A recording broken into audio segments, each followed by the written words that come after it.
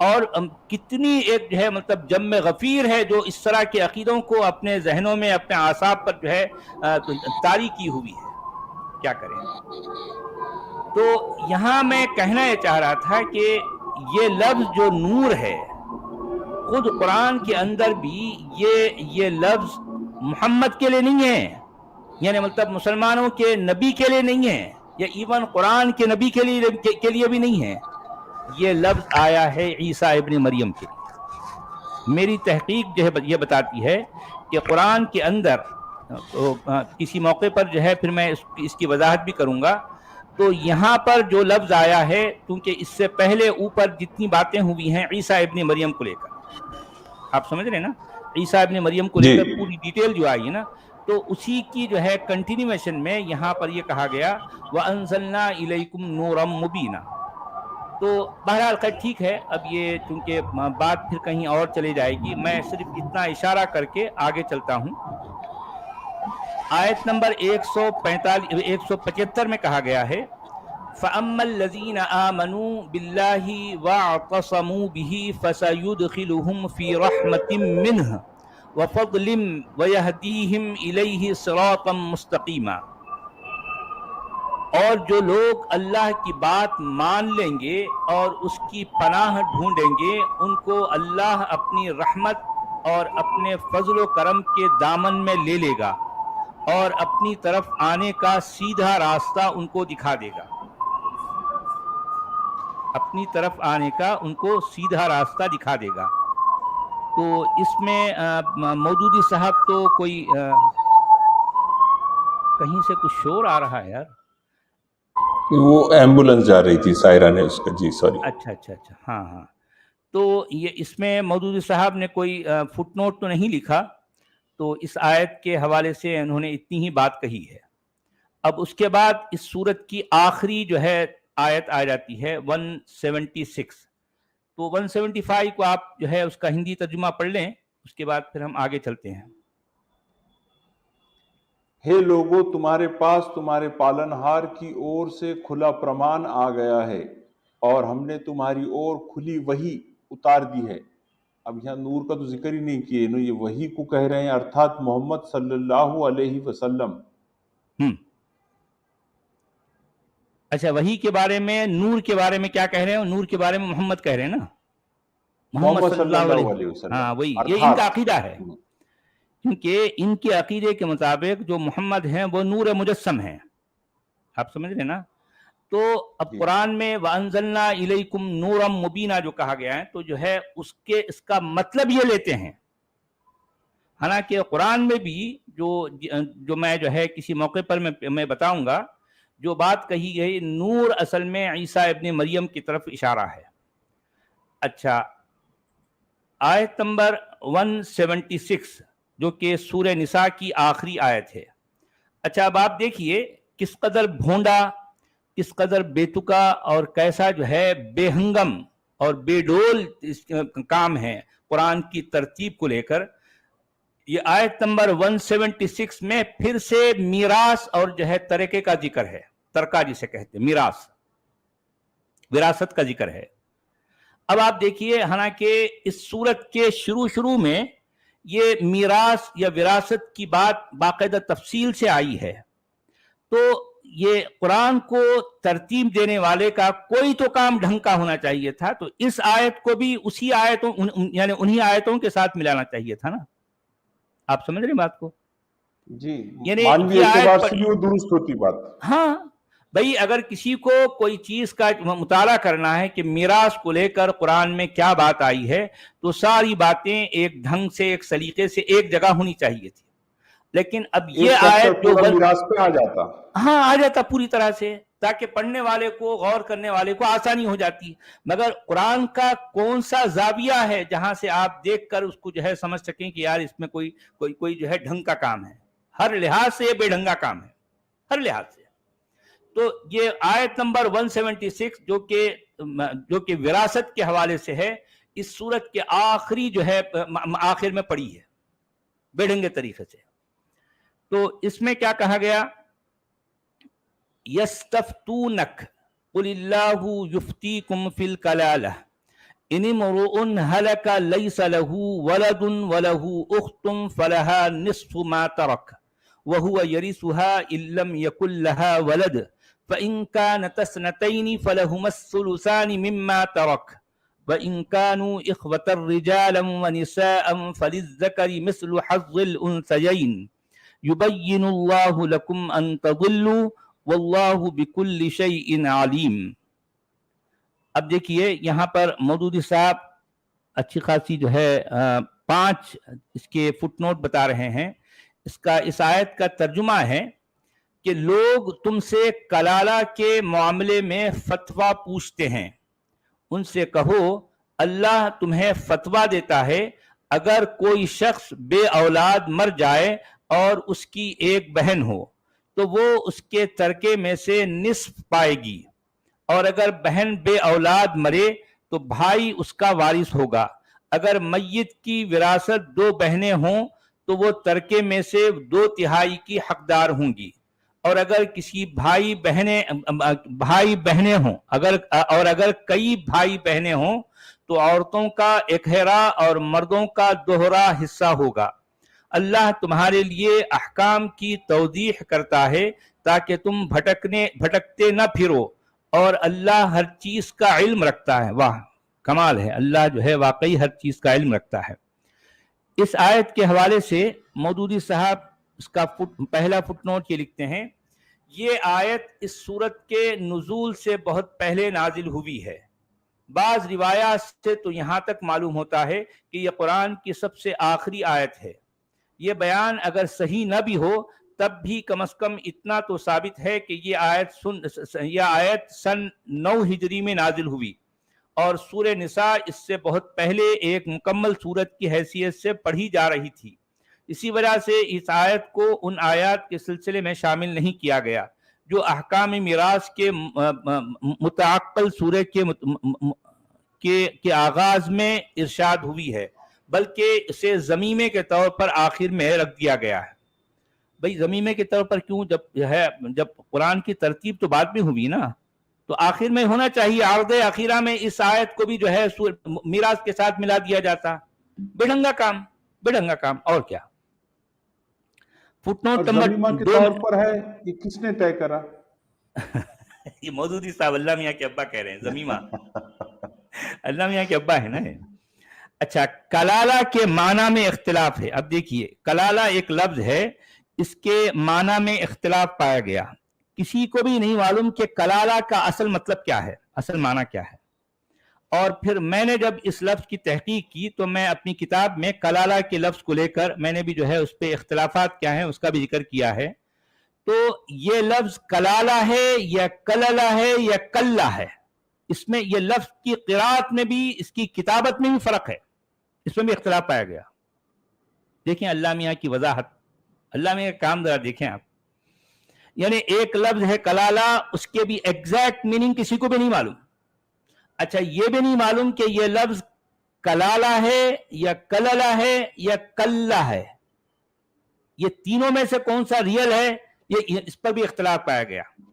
اب آپ بتائیں، بعض کی رائے میں کلالہ وہ شخص ہے جو لاولد بھی ہو اور جس کے باپ اور دادا بھی زندہ نہ ہوں، اور بعض کے نزدیک محض لاولد مرنے والے کو کلالہ کہا جاتا ہے۔ حضرت عمر رضی اللہ عنہ آخر وقت تک اس معاملے میں متردد رہے۔ اب دیکھیں عمر خود بھی پریشان ہیں۔ اچھا، لیکن ایسا ہے کہ یہ آپ قرآن کی تشریح حضور کی زندگی سے نہیں بتا رہے، عمر بھی پریشان رہے، یہ مثال نہیں آتی۔ یہ عمر پریشان ہے آخری وقت تک پریشان رہے۔ اب دیکھیں آپ سے، اچھا، لیکن عامہ فقہا نے حضرت ابو بکر کی اس رائے کو تسلیم کر لیا۔ یعنی ابو بکر کی ایک رائے ہے، وہ بھی جو ہے یقینی بات نہیں ہے، ان کا اندازہ ہے۔ یعنی ابو بکر خود بھی جو کہ خلیفہ اول ہیں، وہ جو کہ نبی کے قریب ترین جو ہے صحابہ میں سے ہیں، انہوں بھی جو ہے یقینی بات نہیں بتا رہے ہیں، انہوں بھی ایک تکا چھوڑ رہے ہیں، ہوا میں تیر مارتے نا اس طرح سے۔ تو ان کی رائے جو ہے، لوگوں نے ان کی رائے کو تسلیم کر لیا کہ اس کا اطلاق پہلی صورت پر ہی ہوتا ہے، اور خود قرآن سے بھی اس کی تائید ہوتی ہے، کیونکہ یہاں کلالہ کی بہن کو نصف ترکے کا وارث قرار دیا گیا ہے، حالانکہ اگر کلالہ کا باپ زندہ ہو تو بہن کو سرے سے کوئی حصہ پہنچتا ہی نہیں۔ عجیب کیا معاملہ بات ہے۔ ہے، کیا مطلب اس میں تو اتنی کھلی کوئی عقل کا کام ہی نہیں دکھ رہا اس میں کہ بھئی نہیں، یہ عقل ہے کا کام تو یہ ہے، اور باپ زندہ ہے تو کچھ نہیں ہے بہن کو، پھر نہیں تو سب نہیں، اس اب کا ہے دیکھیں، اگر باپ نہیں، زندہ نہیں ہے۔ حالانکہ دیکھیں کلالہ جس شخص کو کہا گیا، پھر جو ہے اس کے ساتھ جو اسپیسیفک جو سچویشن جو ہے جو بتائی جا رہی ہے، ارے بھئی ایسا تو اتنا ریئر ہوتا پوچھئے مت، لیکن قرآن میں جو روزمرہ کے جو مسائل ہیں، جو حالات ہیں، اس میں کوئی اس کو لے کر کوئی کلیئرٹی نہیں ہے۔ اب یہ ایک آیت پوری اتنی تفصیل کے ساتھ آ رہی ہے ایسے شخص کے بارے میں جو کہ اب بہن کے مطلب وہ کیا ہے، جو بے اولاد مر جائے اور اس کی ایک بہن بھی ہو اور وہ اس کے طریقے میں سے نصف پائے گی، اور اگر بہن بے اولاد مرے تو بھائی اس کا وارث ہوگا۔ اگر میت کی وارث دو بہنیں ہوں تو وہ ترکے میں سے 2/3 کی حقدار ہوں گی، اور اگر کئی بھائی اور کئی بہنیں ہوں تو عورتوں کا اکہرا اور مردوں کا دوہرا ہوگا۔ اب آپ بتائیے کہ یہ سچویشن کیا عام طور پر کہیں پائی جاتی ہے؟ بلکہ یہ اس تو کی ڈیٹیل قرآن میں آ رہی ہے فالتو میں۔ ایسا نہیں ہوتا۔ ہاں، ہاں، یعنی قرآن میں اس کی ڈیٹیل آ رہی ہے، لیکن جو ڈے ٹو ڈے لائف میں جو ہے جو پرابلمز ہیں ان کو لے کر قرآن کہیں کوئی آپ کو وضاحت نہیں کرتا۔ روزے کی کوئی وضاحت نہیں ہے، نماز کسے کہتے ہیں اس کی کوئی وضاحت نہیں ہے۔ عجیب معاملہ ہے۔ اچھا، حضرت ابو بکر رضی اللہ عنہ نے ایک مرتبہ ایک خطبے میں اس معنی کی تصریح کی تھی، اور صحابہ میں سے بھی کسی نے اس سے اختلاف نہیں کیا۔ اس بنا پر یہ مجمع علیہ مسئلہ ہے، یعنی مطلب سب لوگوں کا اس پر اجماع ہے۔ اب یہ مودودی صاحب کہہ رہے ہیں ایسا۔ اچھا، فٹ نوٹ نمبر 4 میں لکھ رہے ہیں، یعنی بھائی اس کے پورے مال کا وارث ہوگا اگر کوئی اور صاحب فریضہ نہ ہو، اور اگر کوئی صاحب فریضہ موجود ہو مثلا شوہر تو اس کا حصہ ادا کرنے کے بعد باقی تمام ترکہ بھائی کو ملے گا۔ اور فٹ نوٹ نمبر 5 میں لکھتے ہیں، یہی حکم 2 سے زائد بہنوں کا بھی ہے۔ اچھا خیر ٹھیک ہے بھئی، اب یہ جو ہے بالآخر سورہ نساء عبدالحمید صاحب یہاں ختم ہو گئی۔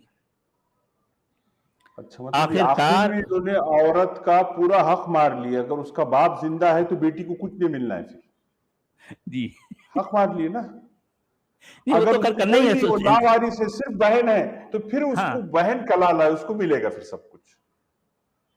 یعنی اتنی اسپیسیفک سچویشن میں تو مجھے بتائیں کہ انسانوں کی زندگی میں ایسے حالات کیا واقعی ایسا ہوتا ہے؟ نہیں، سچ والا جی اگر دیکھا جائے تو ایسے حالات تو ہو سکتے کہ کوئی لاوارث ہو، انہیں اناتھ آشرم کا ہو، اور اس کا کوئی بھی نہ ہو جی خون کا رشتہ، ایسا ہو سکتا ہے۔ لیکن یہ جو اسپیسیفک سچویشن بتا رہی ہے تو بہت ایکسٹرا آرڈنری صورتحال ہے، ایسا ہاں، کروڑوں میں ایک بار ہوتا ہوگا۔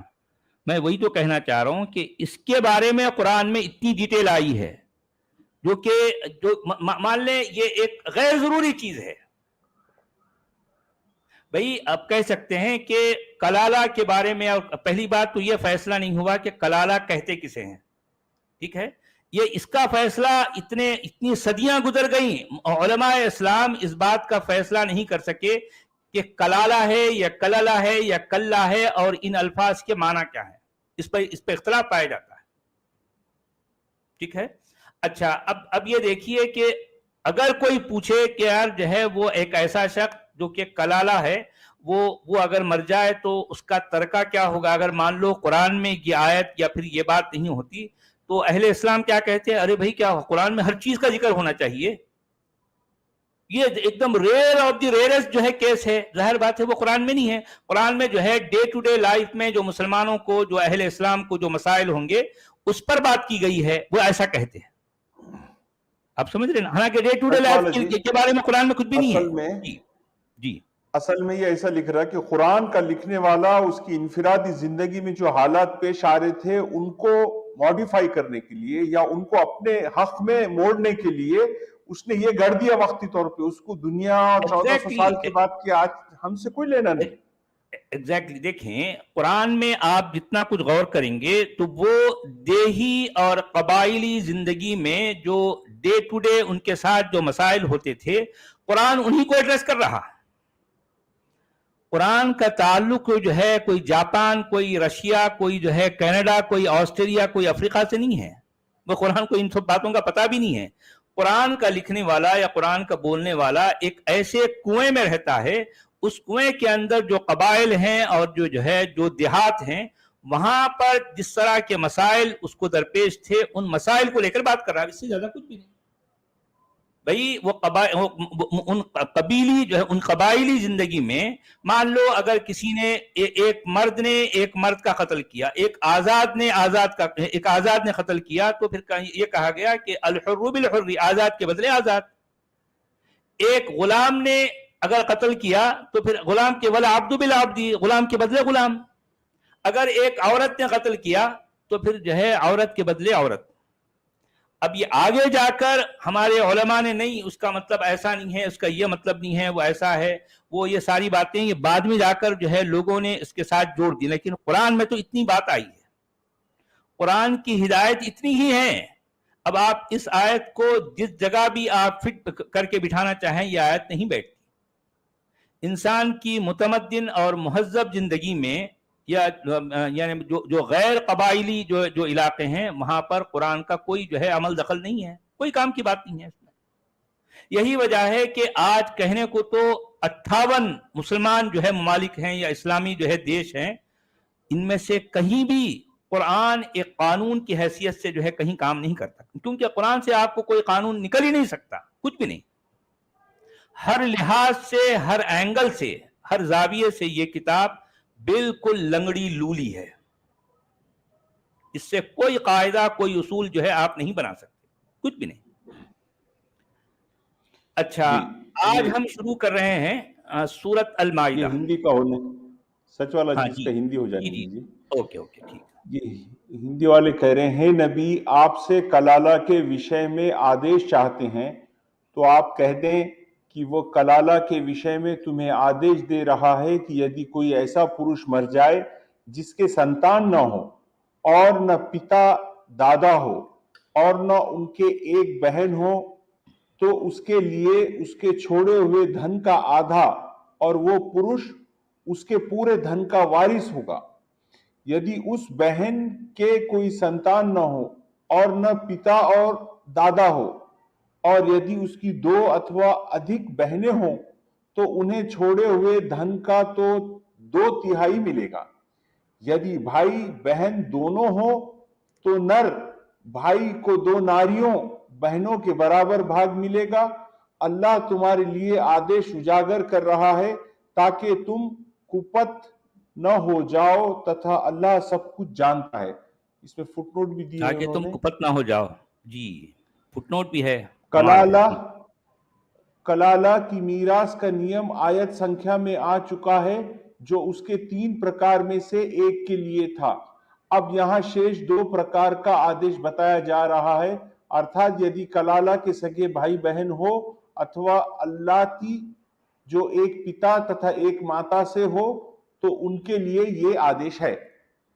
مطلب یہ اگر آدیش کوئی پڑھ بھی لے سچ والا جی تو اس کو اگر یہ سچویشن یا اس طرح کے تجربات اس کے پاس نہیں ہے تو وہ سمجھ ہی نہیں سکتا کہ یہ کس کو کہہ رہا ہے کلالہ. یہ تک آج تک فیصلہ نہیں ہو سکا کہ یہ لفظ کلالہ ہے کیا. اس میں بھی اختلاف پایا گیا.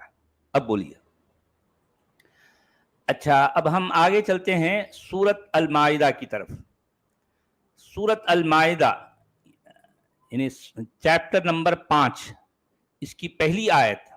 اس میں یہ کہا گیا یا ایھا الذین آمنوا اوفوا بالعقود احلت لکم بہیمۃ الانعام الا ما یتلی علیکم غیر محل الصید وانتم حرم ان اللہ یحکم ما یرید. اچھا دیکھیں یہ آیت کیسی ہے. اس میں کہا گیا کہ اے ایمان والو اپنے عہد و پیمان یعنی قول و قرار کو پورا کیا کرو. ایک ہی آیت میں، ٹھیک ہے، ایک ہی آیت میں ایک پہلا جملہ ہے جس میں یہ کہا گیا کہ اے ایمان والو اپنے قول و قرار یا اپنے معاہدے یا اپنے جو ہے عہد و پیمان کو پورا کرو. ٹھیک ہے، اچھا پورا یہ کرو معاہدہ کا کہنے، کیا مطلب سچ والا جی؟ المائدہ کہتے ہیں دسترخوان کو. ارے واہ، چینٹی بھی ہے، دسترخوان بھی ہے، عورت بھی ہے، گائے بھی ہے. اپنی اچھا گائے یہ بھی ہو دسترخوان گئی، اس کا نام کیوں عورت کہا بھی ہو گیا؟ گئی. اچھا آپ کو معلوم ہے یہ اس سورت کا، اس چیپٹر کا نام دسترخوان کیوں ہے؟ وہ اس لیے ہے کہ عیسیٰ ابن مریم سے، اچھا اس میں بھی عیسیٰ کا ذکر ہے باقاعدہ تفصیل کے ساتھ، آپ سمجھ رہے ہیں؟ عیسیٰ ابن مریم سے مطلب ڈائننگ ٹیبل کی بات ہو رہی اس میں، ہاں ڈائننگ ڈائننگ ٹیبل ٹیبل پہ کی جو بات ہو کچھ رہی ہے، جی ہاں جی ہاں جی ہاں. تو عیسیٰ ابن مریم سے اس کی قوم نے پوچھا کہ کیا تم یہ بتا سکتے ہو کہ تمہارا رب ہم پر آسمان سے کوئی دسترخوان اتار سکتا ہے؟ هل يستطيع ربك ان ينزل علينا مائدة من السماء، یہ الفاظ آئے ہیں. کیا تمہارا رب اتنی سکت رکھتا ہے کہ آسمان سے ہم پر ایک دسترخوان اتارے؟ دسترخوان کو ہندی میں کیا کہتے ہیں؟ دسترخوان کو ہندی میں کیا کہتے ہیں؟ تو میرے خیال سے لوگ سمجھ گئے ہوں گے دسترخوان کیا ہوتا ہے. دستر کا مطلب وہ جو یعنی ڈائننگ ٹیبل یا پھر جو ہے ڈائننگ میٹ سمجھ لیں، یا ٹیبل میٹ، ٹھیک ہے. تو وہ اس میں چونکہ یہ لفظ آ گیا المائدہ، تو اس کا نام المائدہ رکھ دیا، بس بات ختم، بات ختم ہو گئی. کوئی معقولیت ہے آپ کو جو ہے سورتوں کے ناموں میں؟ کچھ بھی نہیں، کوئی بھی معقولیت نہیں. تو ایسا کیا کوئی دسترخوان آسمان سے اترنے کا بھی کوئی تاریخی پس منظر ہے کیا اس میں؟ نہیں ایسا کچھ بھی نہیں ہے، یعنی ایسا کچھ بھی نہیں ہے. وہ صرف یہ اس کی عیسیٰ کی قوم نے یہ سوال کیا تو اس کے جواب میں عیسیٰ کہہ رہے ہیں کہ جو ہے تم لوگ اپنے رب سے توبہ کرو، معافی مانگو، اس طرح کا تم مطالبہ کیوں کر رہے ہو؟ اس طرح کی بات اب ہم اس سورت کے آخری حصے میں یہ ساری باتیں ہم پڑھیں گے، ٹھیک ہے. تو ابھی پہلی آیت میں جو بات کہی گئی آپ ذرا غور کیجئے. پہلی آیت میں کیا کہا گیا کہ اے اہل ایمان، اے ایمان والو اپنے عہد و پیمان کو پورا کرو. ٹھیک ہے، یہ ایک جملہ ہو گیا. تمہارے لیے حلال کر دی، ہاں تمہارے لیے حلال کر دیے گئے ہیں مویشی قسم کے تمام حیوانات سوائے ان کے جو تمہیں پڑھ کر سنائے جا رہے ہیں، ناجائز کرتے ہوئے شکار کو جبکہ تم حالت احرام میں ہو، بے شک اللہ حکم دیتا ہے جو چاہتا ہے. اب آپ کو سمجھ میں آئی اس میں بات؟ دیکھیں کون سے مویشی حرام کر دیے گئے، اور وہ حالت احرام میں کی جو حالت ہے اس میں حرام ہے، مطلب وہ مویشی آپ پر؟ نہیں دیکھیں اس میں جو الفاظ آئے ہیں، پہلی بات تو اس آیت کے پہلے حصے پر آپ غور کریں. ایمان والوں کو یہ کہا جا رہا ہے، ایمان والوں کو یہ حکم دیا جا رہا ہے کہ اپنے وعدے پورے کرو، اپنے عہد و پیمان پورے کرو. یہ پہلے جملے کے فوری بعد احلت لکم بہیمۃ الانعام، تمہارے لیے حلال کر دیے گئے ہیں مویشی قسم کے جانور. یعنی یہ پہلے جملے اور دوسرے جملے میں کوئی کنیکشن آپ کو کہیں کچھ نظر آ رہا؟ کچھ بھی نہیں، کچھ تو بھی مسنگ لگ رہا ہو، ٹائپو دکھ رہا ہوں. ارے بھائی یعنی اپنے عہد و پیمان پورے کر دو، یہ کہتے ہی تمہارے لیے مویشی قسم کے جانور حلال کر دیے گئے ہیں. تو اس جملے کا پہلے جملے سے کیا کنیکشن ہے؟ عہد و پیمان پورے کرو کیوں کہا جا رہا؟ بھائی جانور کے حلال کرنے کے معاملے میں عہد و پیمان پورے کرو گے، کیا مطلب؟ یہ بات بالکل ایسی ہے نا جس طرح سے میں نے سورت امریکہ میں لکھی، آپ کو یاد ہے؟ جی بالکل ایسی ہی ہے نا. یعنی کچھ بھی اوٹ پٹانگ بات ادھر کی ادھر جو ہے، اس میں پھر جو ہے پڑوسی ملک کے وزیر اعظم نے صبح کا ناشتہ کر لیا، بیچ میں ایک بات آ گئی، بالکل بے تکی بات ہے. ہاں لیکن ہے وہ ایک پورا قرآن ایسے ہی ہے، پورا قرآن ایسے ہی ہے. یہ کہنا کہ اے ایمان والو اپنے عہد و پیمان پورے کر لو، تم پر حلال کر دیے گئے ہیں مویشی قسم کے وہ جانور جو کہ تم پر پڑھ کر سنائے گئے. ٹھیک ہے.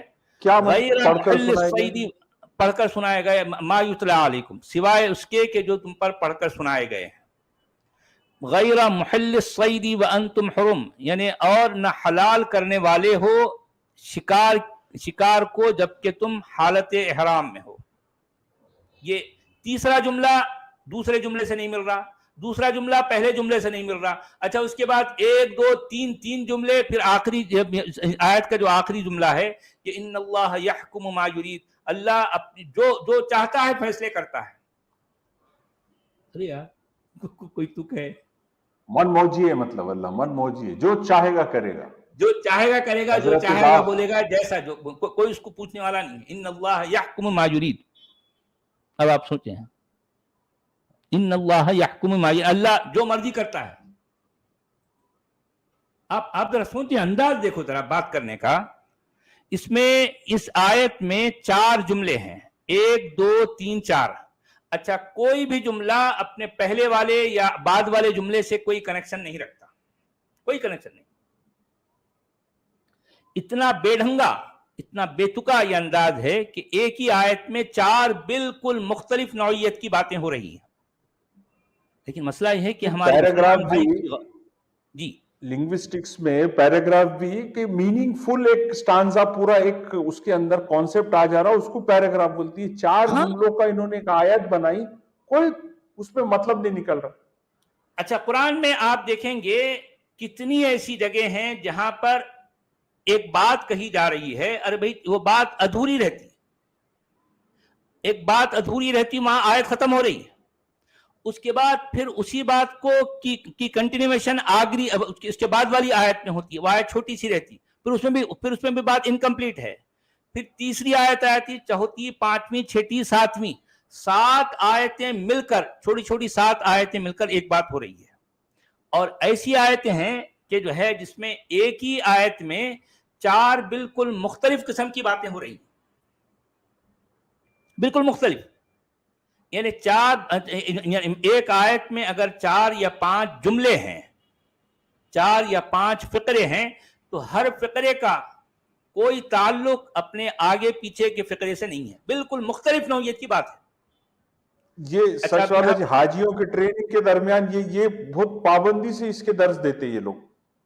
ہاں یہ بات کہتے ہیں وَأَنْتُمْ حُرُمْ، جو ہے تم حالت حرام میں ہو. اچھا حالت حرام کیا ہے قرآن نہیں بتاتا. اچھا یہاں پر حالت احرام کہنے کی بھی کا بھی جو ہے اصل تک کیا ہے بھائی، کیا تک ہے؟ اچھا اب آپ دیکھیے اس میں فٹ نوٹ نمبر 1 میں لکھ رہے ہیں، یعنی ان حدود اور قیود کی پابندی کرو جو اس صورت میں تم پر عائد کی جا رہی ہیں اور جو بالعموم خدا کی شریعت میں تم پر عائد کی گئی ہیں.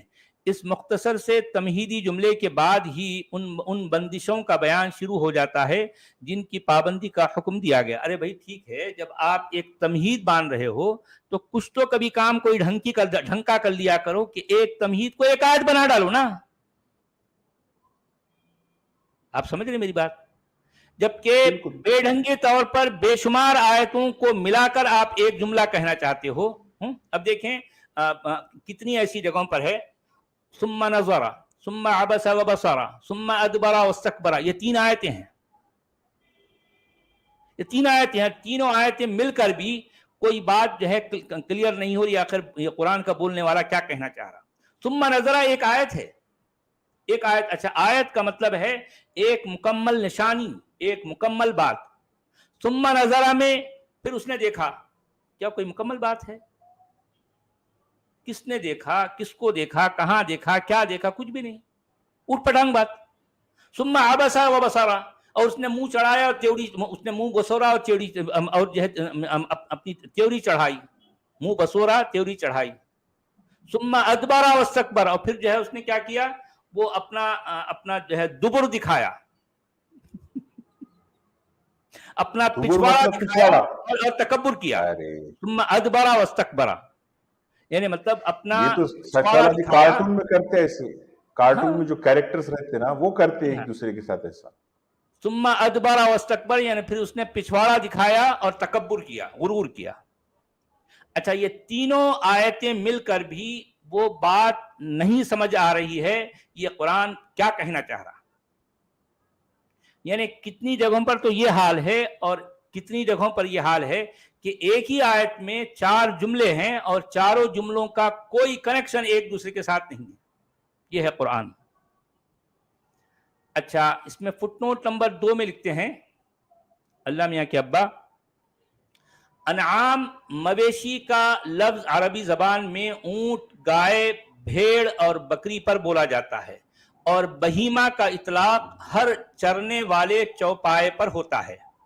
اگر اللہ تعالیٰ نے یہ فرمایا ہوتا کہ انعام تمہارے لیے حلال کیے گئے ہیں تو اس سے صرف وہی جانور حلال ہوتے جنہیں عربی میں انعام کہتے ہیں، لیکن حکم ان الفاظ میں دیا گیا ہے کہ مویشی کی قسم کے چرندہ چوپائے جو تم پر حلال کیے گئے۔ اس سے حکم وسیع ہو جاتا ہے اور وہ سب چرندہ جانور اس کے دائرے میں آ جاتے ہیں جو مویشی کی نوعیت کے ہوں، یعنی جو کچلیاں نہ رکھتے ہوں، حیوانی غذا کے بجائے نباتی غذا کھاتے ہوں، اور دوسری حیوانی خصوصیات میں انعام عرب سے مماثلت رکھتے ہوں۔ نیز اس سے اشارتاً یہ بات بھی متشرح ہوتی ہے کہ وہ چوپائے جو مویشیوں کے برعکس کچلیاں رکھتے ہوں اور دوسرے جانوروں کو مار کر کھاتے ہوں حلال نہیں ہیں۔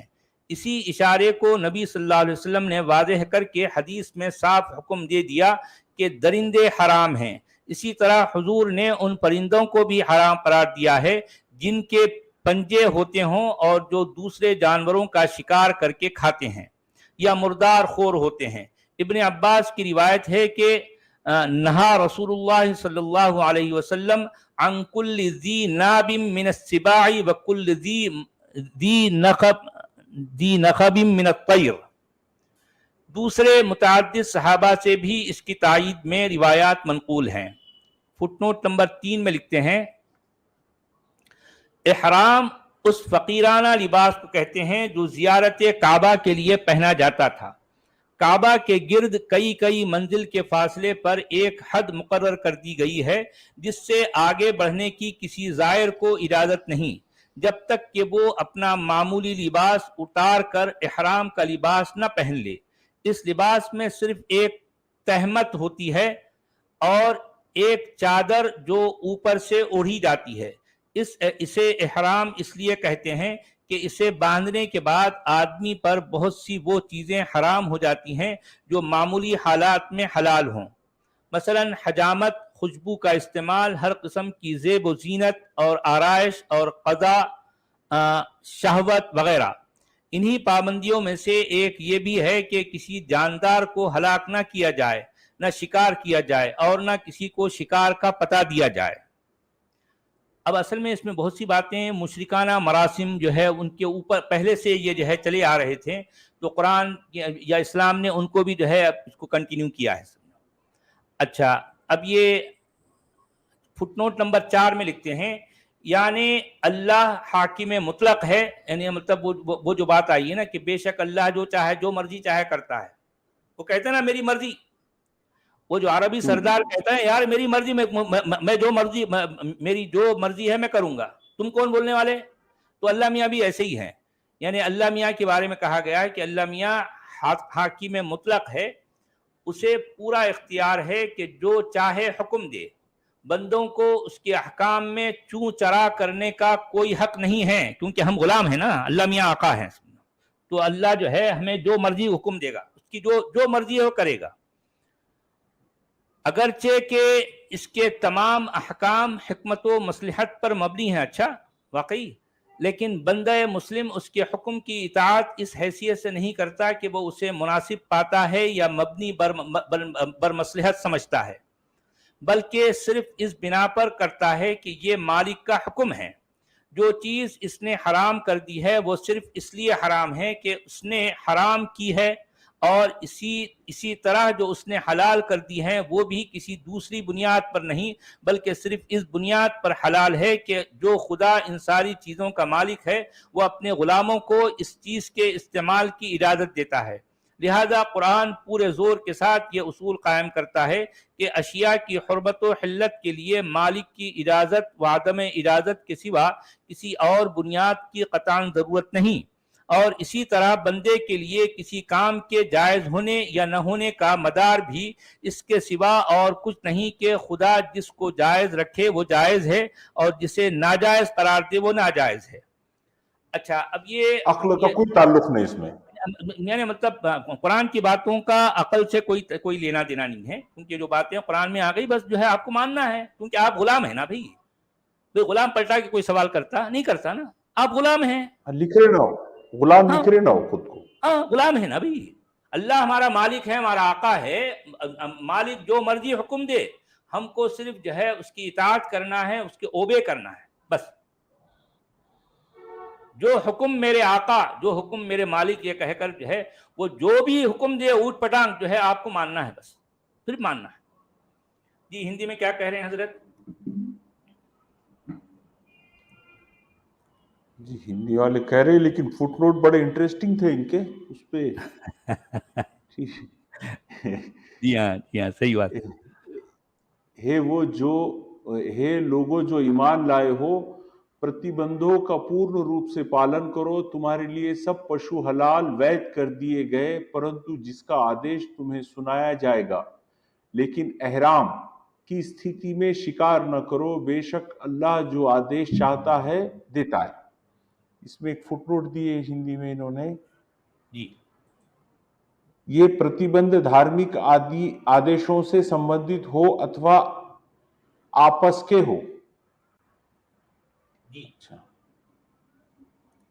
اچھا، آیت نمبر 2 میں یہ کہا جا رہا ہے، جی سچ والا جی اس سے حج ثابت ہو رہا کیا؟ نہیں حج ثابت کو ثابت کرنے کے لیے یہ پیش کرتے کئی جگہ پہ لوگ، نہیں قرآن اصل میں حج کا بات ذکر یہ ہے کہ جب آپ حج کہتے ہیں قرآن میں تو سب سے پہلا سوال اس پر یہ پیدا ہوتا ہے کہ حج کس کے لیے ہے؟ کیا حج کیا مومن کے لیے ہے یا غیر مومن کے لیے ہے؟ حج جو ہے صرف مسلمانوں کے لیے ہے یا دنیا کے لوگوں کے لیے ہے؟ اس پہلے ہی سوال میں مسلمانوں کا سارا عقیدہ دھڑام سے گر جاتا، کیونکہ قرآن ہمیشہ حج کو لوگوں سے جوڑتا ہے۔ پورے قرآن میں کسی ایک بھی آیت میں حج کو مومنوں سے یا مسلمانوں سے نہیں جوڑا گیا۔ دیکھیں حج ہے اور جسے ہم کعبہ کہتے ہیں اور جسے آپ جو ہے وہ کہتے ہیں جسے کعبہ ہے اور حج ہے اور جو ہے یہ اس کا تعلق لوگوں سے ہے، اس کا تعلق البیت الحرام بھی لوگوں سے اس کا تعلق ہے، اس کا تعلق مومنوں سے یا مسلمانوں سے نہیں ہے۔ تو پہلے ہی سوال میں اب ہمارے علماء یہاں پر دھڑام سے گر جائیں گے، کیونکہ اس کا مطلب قرآن کی نظر میں حج کچھ اور ہے، اور آپ نے اس کو پورا ایک جو ہے جو بنایا ہے وہ اصل میں یہاں سے کچھ لیا وہاں سے کچھ لیا، یہ حدیث کے بھنڈار سے کچھ لے کر یہ توڑ مڑوڑ کر جو ہے ایک ملغوبہ سا بنا دیا۔ قرآن وہ بات نہیں کر رہا، قرآن وہ بات نہیں کر رہا۔ سب سے پہلی بات یہ ہے کہ یعنی مطلب حج کو قرآن لوگوں سے جوڑتا ہے۔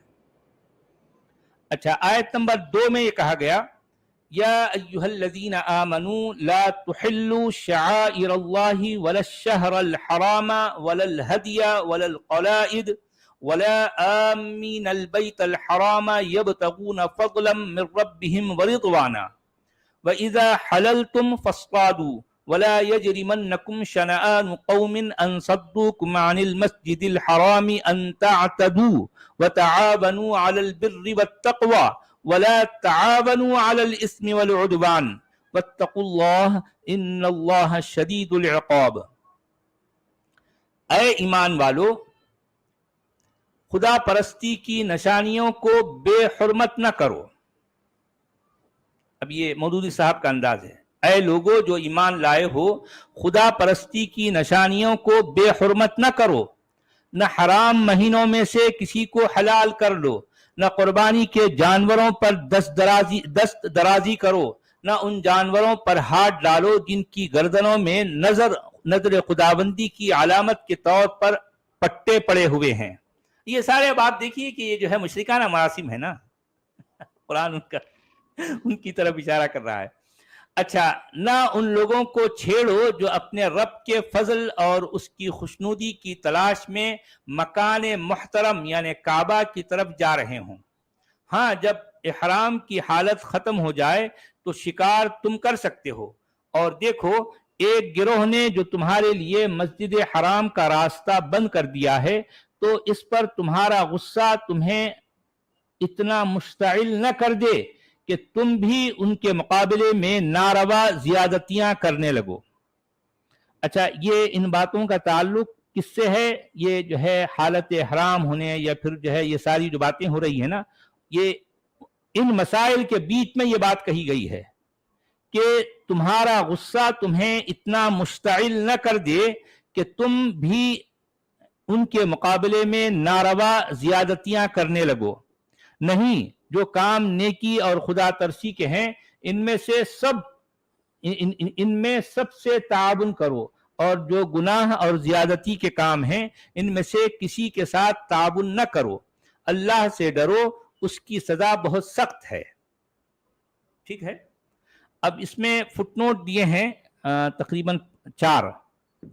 پہلے فٹ نوٹ میں کہتے ہیں مودودی صاحب، ارے یار کافی لمبے لمبے ہیں، ہر وہ چیز جو کسی مسلک یا عقیدے یا طرز فکر و عمل یا کسی نظام کی نمائندگی کرتی ہو وہ اس کا شعار کہلائے گی، کیونکہ وہ اس کے لیے علامت یا نشانی کا کام دیتی ہے. سرکاری جھنڈے، فوج اور پولیس وغیرہ کے یونیفارم، سکے، نوٹ اور اسٹامپ حکومتوں کے شعائر ہیں، اور وہ اپنے محکوموں سے بلکہ جن جن پر ان کا زور چلے سب سے ان کے احترام کا مطالبہ کرتی ہے. گرجا اور قربان گاہ اور صلیب مسیحیت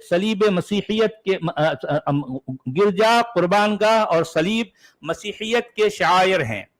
چوٹی اور زنار اور مندر برہمنیت کے شعائر ہیں.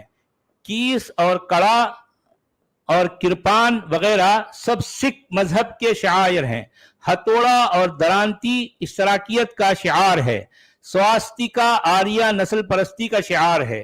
یہ سب مسلک اپنے اپنے پیرووں سے اپنے ان شعائر کے احترام کا مطالبہ کرتی ہیں. اگر کوئی شخص کسی نظام کے شعائر میں سے کسی شعار کی توہین کرتا ہے تو یہ اس بات کی علامت ہے کہ وہ دراصل اس نظام کے خلاف دشمنی رکھتا ہے، اور اگر وہ توہین کرنے والا خود اسی نظام سے تعلق رکھتا ہو تو اس کا یہ فعل اپنے نظام سے ارتداد اور بغاوت کا ہم معنی ہوگا.